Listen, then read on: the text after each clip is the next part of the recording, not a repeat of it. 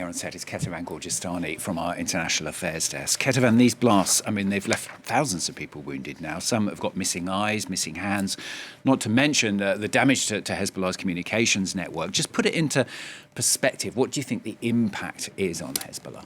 Well, there are really two questions. One is the impact on the sort of manpower and command structure of Hezbollah. You mentioned the thousands of people injured, several dozens of dead, but it's still unclear exactly who those victims were and how far up the chain of Hezbollah command they are. Are there any of the sort of higher commanders? Are they just fighters? Are there fighters and civilians? We know at least that there were two children involved.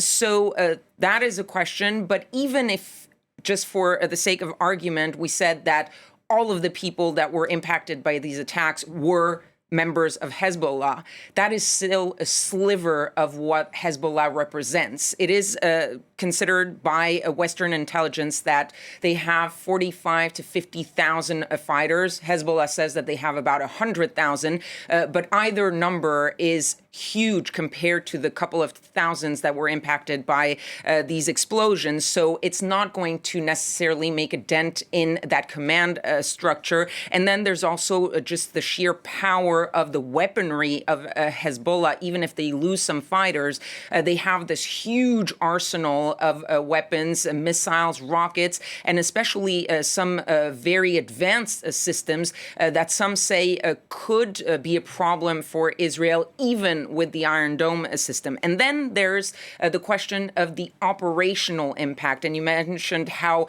this, of course, was a blow to their communications system. And it is definitely a huge blow. And it is a blow because Hezbollah had already sort of changed its communication system because of the recent killings of some of the higher commanders. The leaders of Hezbollah had said, stop with the cell phones. They are too easily tracked by Israeli services.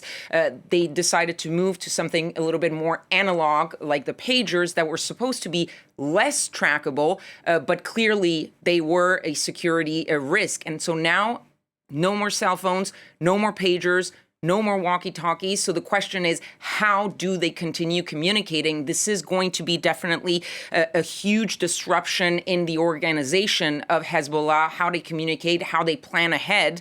And there's also the question that we saw in that report as to how far does the infiltration of the Israeli services, if that is indeed what happened there, how far does it go? There's going to be a sense of a little bit of paranoia among Hezbollah members to know how did they get this close and how did we not see this coming? Yeah, of course, we're all waiting to hear exactly what Hassan Nasrallah says in a few hours' time. But the biggest fear, I suppose, now is about escalation. And what happened over the last few days does seem to have the analysts particularly worried.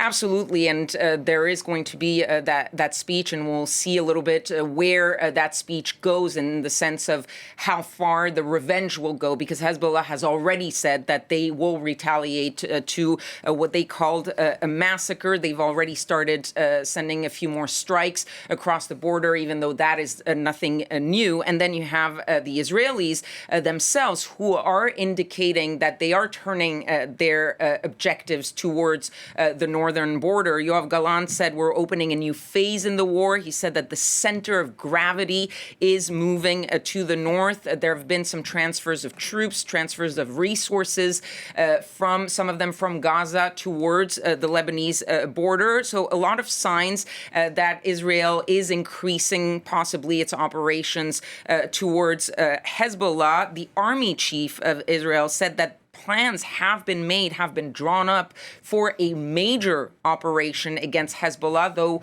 Israeli media report that a decision about whether that would be put into action has yet to be made. But we have to look back also when we answer the question, can this lead to an overall or outright war, is that since October the 7th, there have been nearly daily exchanges of fire between Israel and Hezbollah.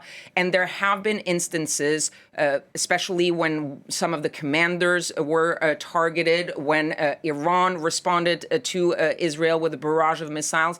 Every time we ask, are we on the brink of this all-out war? And it seems that every time we reach the brink, all of the sides sort of respond because they need to respond, but they do it just enough so that it doesn't trigger this full-out war. And so we get to the brink, and then we scale back. We get to the brink, we scale back. The problem with this is that there's always the possibility that at some point someone is going to make a mistake in their retaliation or their attack and go a little bit too much overboard and not give the option to the other side not to respond in a big way. And that is really the worry. And that is why we are looking at this very closely, because it only takes one time to sort of spark this really global or regional war there. Finally, then, Kethevane, let's just look a little bit wider. I mean, what about the reaction from elsewhere? Because we've heard not that much, actually, from other countries surrounding what's been going on. Well, one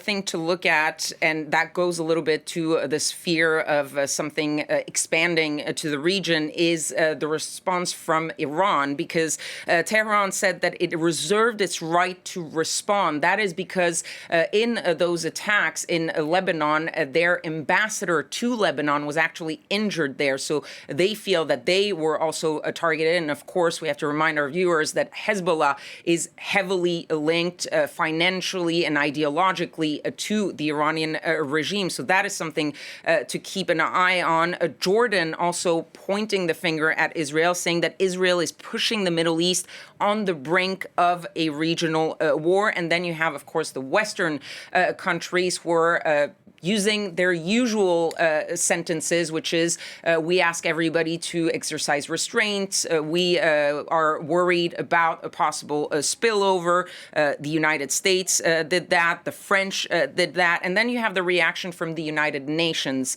where there is going to be a UN Security Council meeting on Friday to discuss the situation in Lebanon at the request of the Arab states. But there's also something interesting from the UN Human Rights Chief, Volker Turk, who said, one, that he wanted an independent investigation into what happened, and second, pointing also, as well as the Secretary General Antonio Guterres, to this idea of weaponizing civilian objects, using things that civilians could have had their hands on as a weapon of war. And that could fall under international law, because that could be banned by international law. And so some in the United Nations and in the international community are saying, well, this is very iffy because, yes, these were mostly belonged to Hezbollah members, but as we saw, there were A, children involved, and B, civilians,